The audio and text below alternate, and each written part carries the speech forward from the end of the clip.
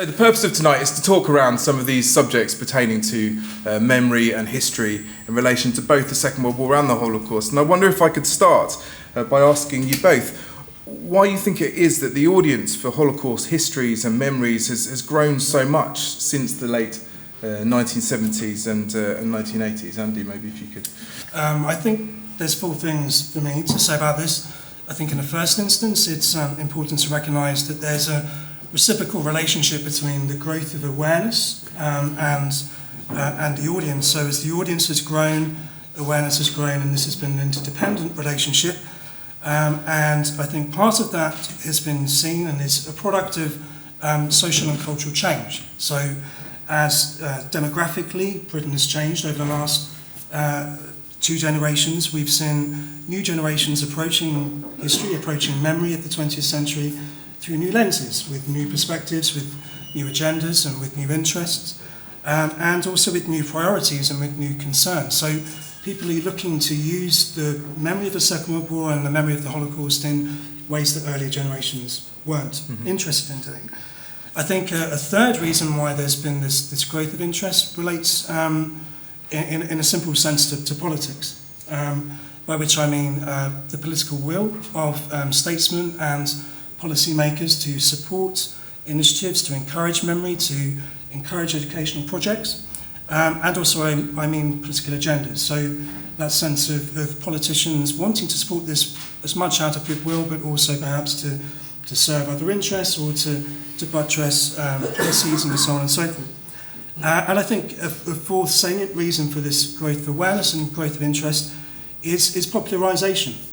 Over the last 40, 50 years, there's been a popularisation of this history in ways that we haven't seen previously, partly as a result of technological innovation and change. Also, I think, as a result of the sort of sense of the stories of this period obtaining a new traction and acquiring a new dimension of interest for us. So, for me, those are the 4 most important reasons to think about in relation to the growth of awareness and interest. Okay, and I suppose it's something which is worth kind of being clear about, that it is unusual. There is something to be said about this, isn't there? This is the way that Holocaust memory or Holocaust consciousness, if we wanted to codify it like that, has grown quite substantially in a way which isn't necessarily typical for history as we move further from the event.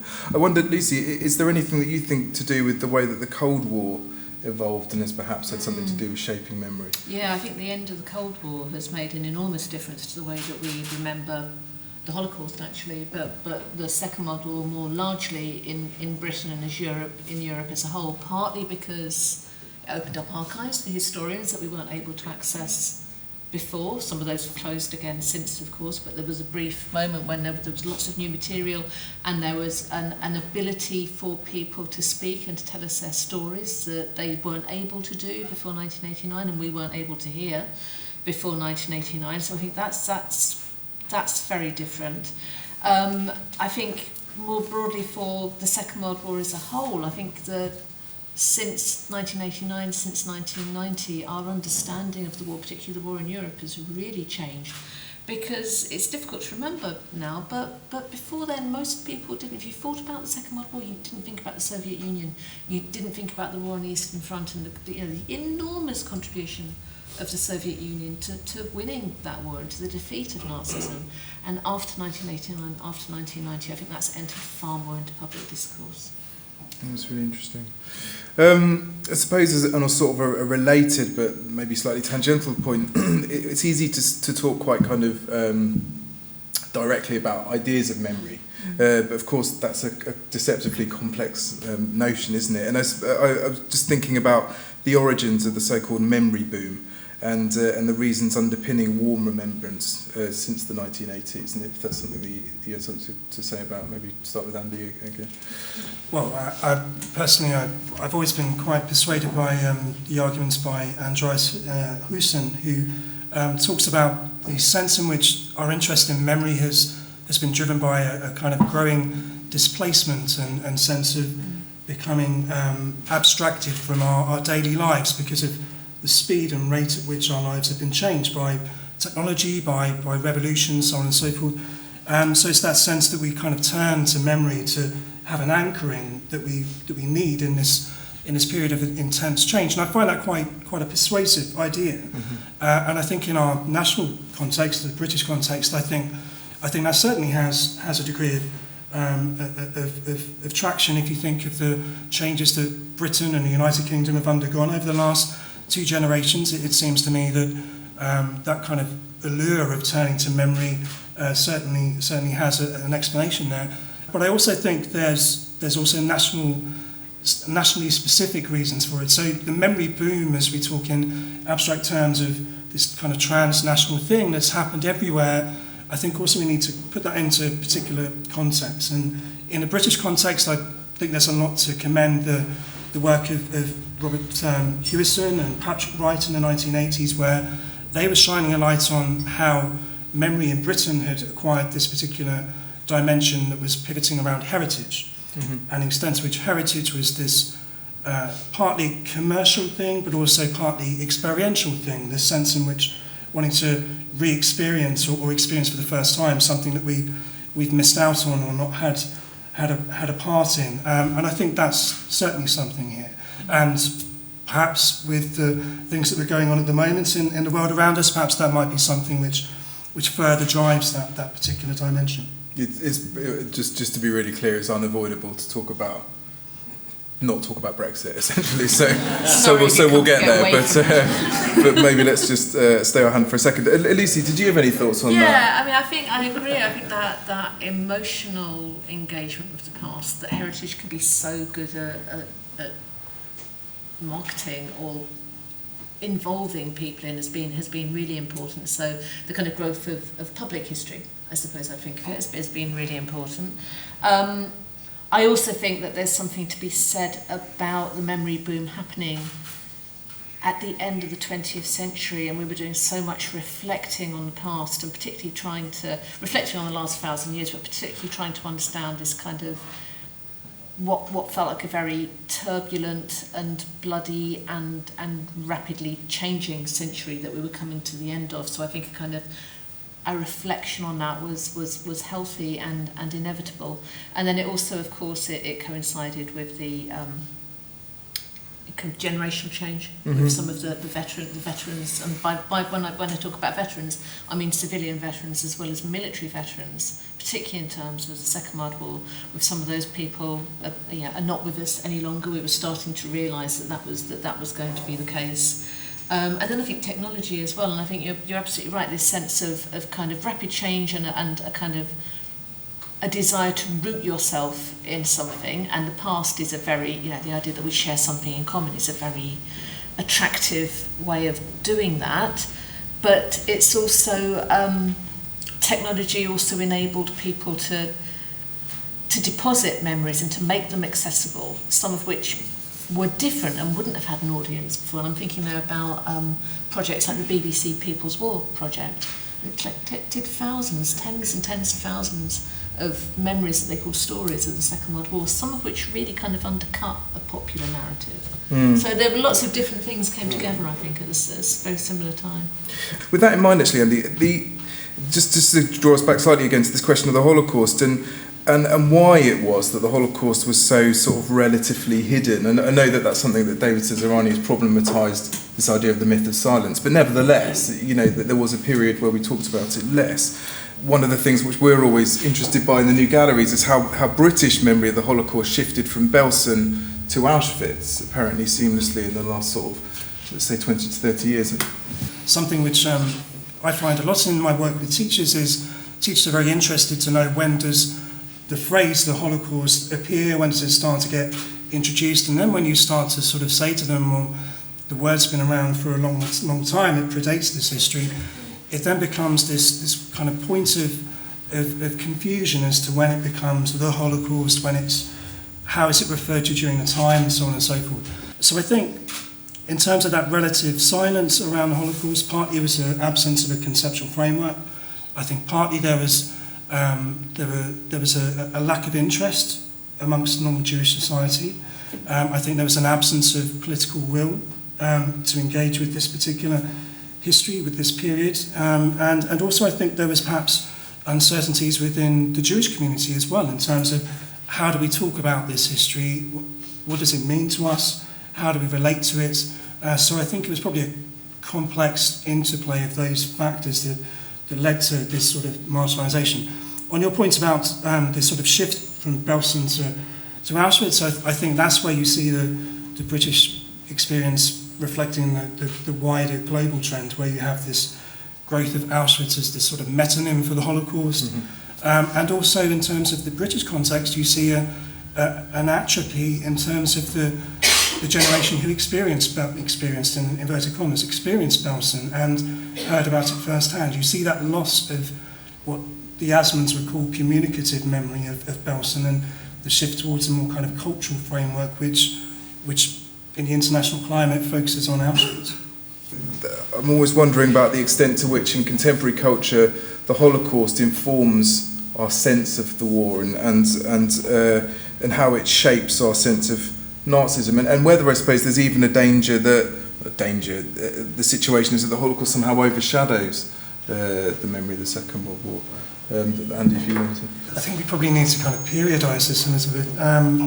I think if we take the idea that the Holocaust as we now know and understand it didn't exist in that kind of conceptual way in the immediate post-war period, the ways that the events of that history were seen and were kind of dealt with by Britain in terms of how it thought about Nazi Germany, it was used very much as a sort of a proof positive, if you like, of the bestiality and the barbarity of Nazism, and that kind of antithesis that this isn't very British and this is what we're not, and so on and so forth. I think what you start to see progressively towards the end of the 20th century is you start to see, ironically enough, Nazism becoming more abstracted and becoming more decontextualized. And related to that, you start to see the Holocaust becoming more abstracted and decontextualized. And these things start to be looked at and thought of in separate ways, and also almost kind of outside of history. In the latter 20 years of the 20th century, that you kind of see that emphasis on the uniquity of the Holocaust, which was done for various reasons, but only further accelerates its abstraction from its historical context. And you then start to see this kind of sense of no longer kind of caricature Nazis, but more Nazis in a kind of very intangible way. We don't talk about individuals or agencies. We're talking about this kind of weird sort of slippery notion of the Nazis and Nazism. And then you find the ironic thing that we have this critique amongst some sections of our kind of cultural commentary of how we're obsessed with Nazis and we're obsessed with Nazi Germany. But certainly in the research that we conducted at UCL, when we were talking with students and we were finding that actually their knowledge and their understanding of Nazism and Nazi Germany was incredibly impoverished. And I had students that were telling me that Nazis were Hitler's elite minions and his paramilitary hit squad, and I found this incredible for all sorts of reasons, but I think it is testament to the extent to which the Holocaust hasn't overshadowed Nazism. In some ways, the two have become abstracted and come to kind of inform each other in this very abstract way, which is not related to historical reality in any way, shape or form. So I think it's quite persuasive. Jeffrey Alexander talks about the idea of the free-floating Holocaust, and I just think that's quite a potent way of describing that phenomenon. Lucy, is this something which you're mindful of or aware of, or crosses your path working amongst Second World War histories? I think it's quite interesting. I think that Second World War historians, I think we're often quite careful not to engage with the Holocaust, and not to, because there's a, it's a very kind of special field, and it bears a particular weight. So I don't write on Holocaust, and I don't research the Holocaust. But I think that our understanding of the Holocaust and the role that it now plays, I think, in our understanding of the Second World War in Britain can only enrich what we know. It can only be a good thing. It's one of the things we were talking about earlier, weren't we, when developing this new Second World War gallery and the new Holocaust gallery. There's been lots of conversations about how to kind of show that these two things are linked, because they're often not in terms of scholarly research. So it's something to kind of think about, to how you bring those things together. I don't know exactly how we do it, but it's worth thinking about. No, it was one of the things which would be, the idea that somehow Pearl Harbor has a bearing on on the the evolution of the Holocaust as Nazi policy. These two ostensibly quite disparate things are actually fundamentally interlinked, but these are maybe the sort of things which get lost a lot, and is the separation of the two histories. And I suppose on a kind of related point again, do you think we're selective, Lucy, in the way that we remember the Second World War? And if that's the case, why is that? Yeah, I think we have to be, because we can't possibly remember all of it. It's just too, it's impossible. I think that we are. I think that the what I call the cultural memory of the war, what some people call the myth of the Second World War, in Britain has been really powerful since the war itself. It starts to be written in the war. It's reiterated really powerfully in the 1950s through those still great war films that are produced in the 1950s, and that sense of kind of problematic sense of Britain alone, the sense that the Britain we were the good guys, it's a good war, it's a just war, and I think that shapes how we remember it. I think one thing I'd just like to say that I think we've been really, there are lots of things that we're bad at remembering about the war. One of the things we're quite bad at remembering is that, it sounds daft, but that people died. I think when we remember the First World War, it's all about the dead, it's all about the suffering. With the First World War, that is much less the case in Britain. It's there in particular instances. It's obviously there if you think about the Holocaust. It's there, I think, probably partly because of Steven Spielberg and Saving Private Ryan and Band of Brothers. It's there now when we think about D-Day and the landings on the beaches at D-Day. It's not very present still in other memories of the war, which I think is interesting.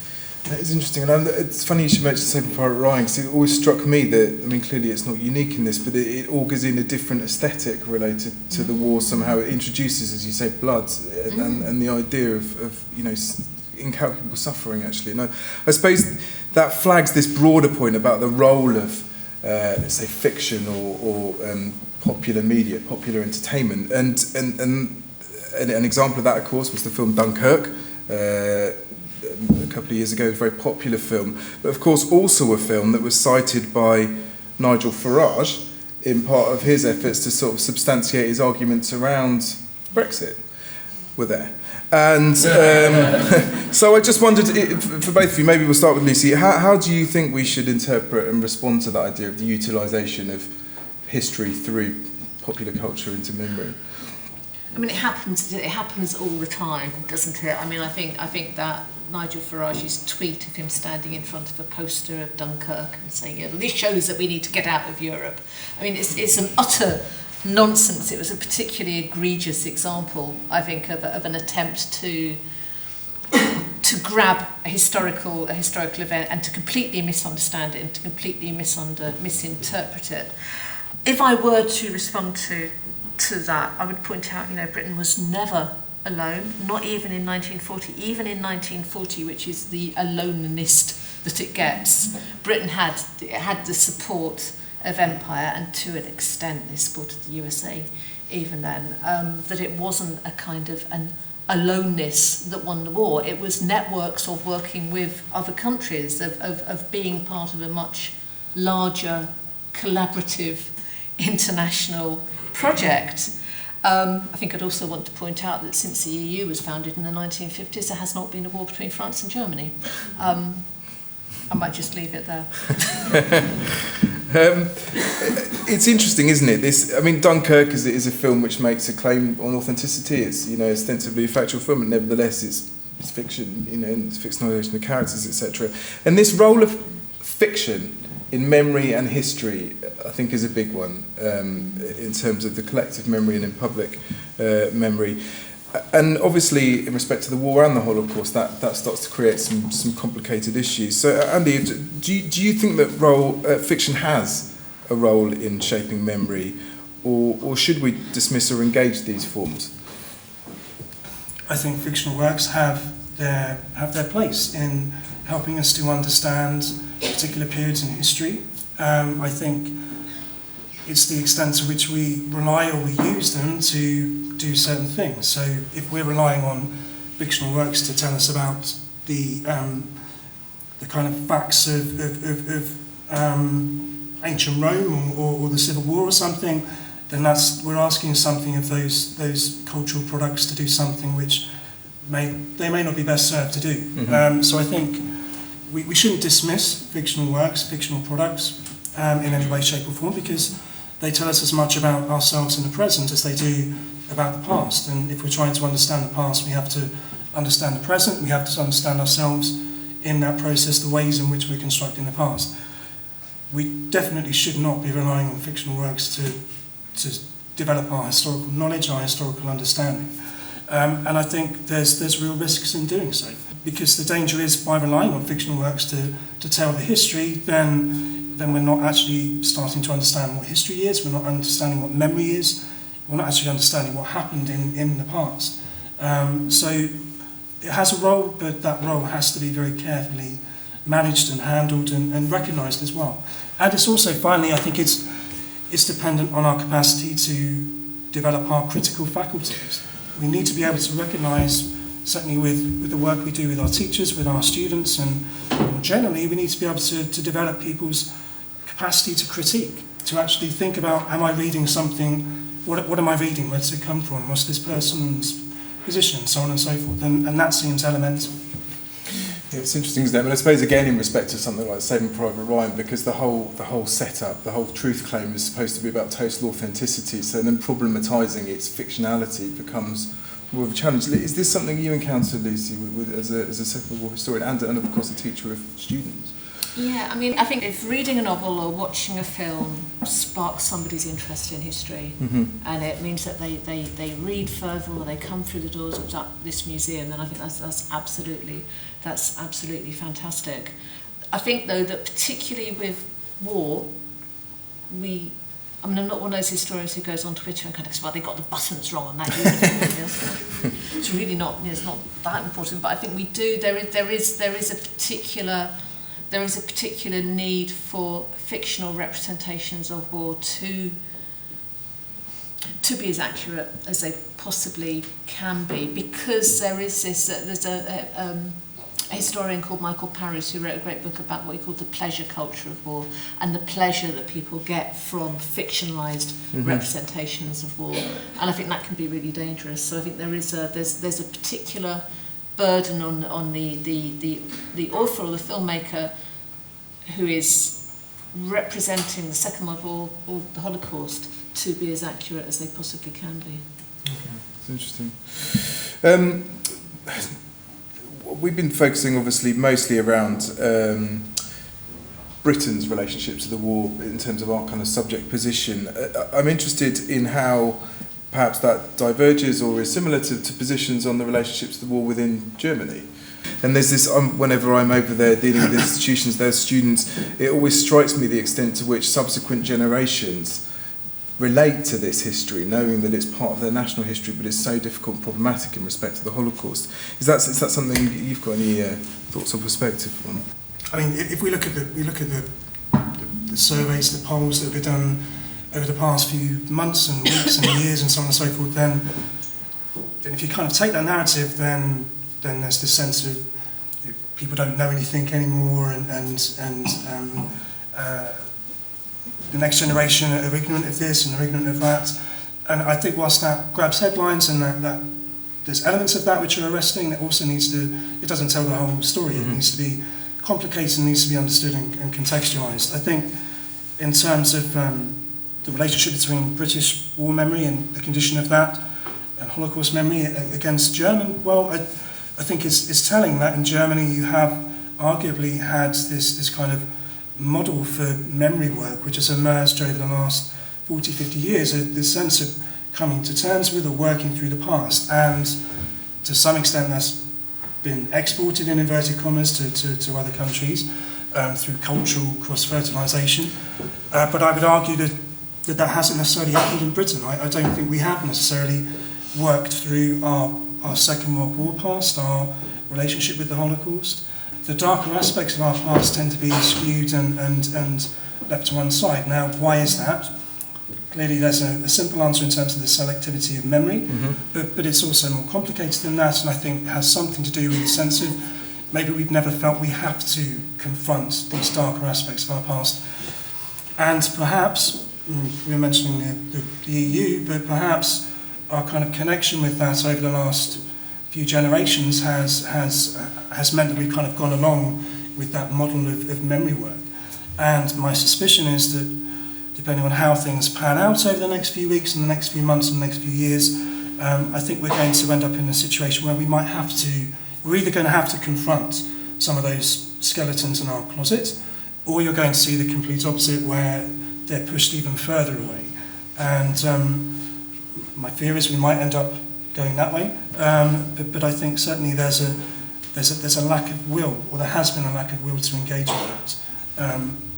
Is that a result of politics? Is it a result of ethics? And this is something which I know we're going to go on to talk about, the extent to which we can or we should be burdened by our past. But yeah, I think there is that as well.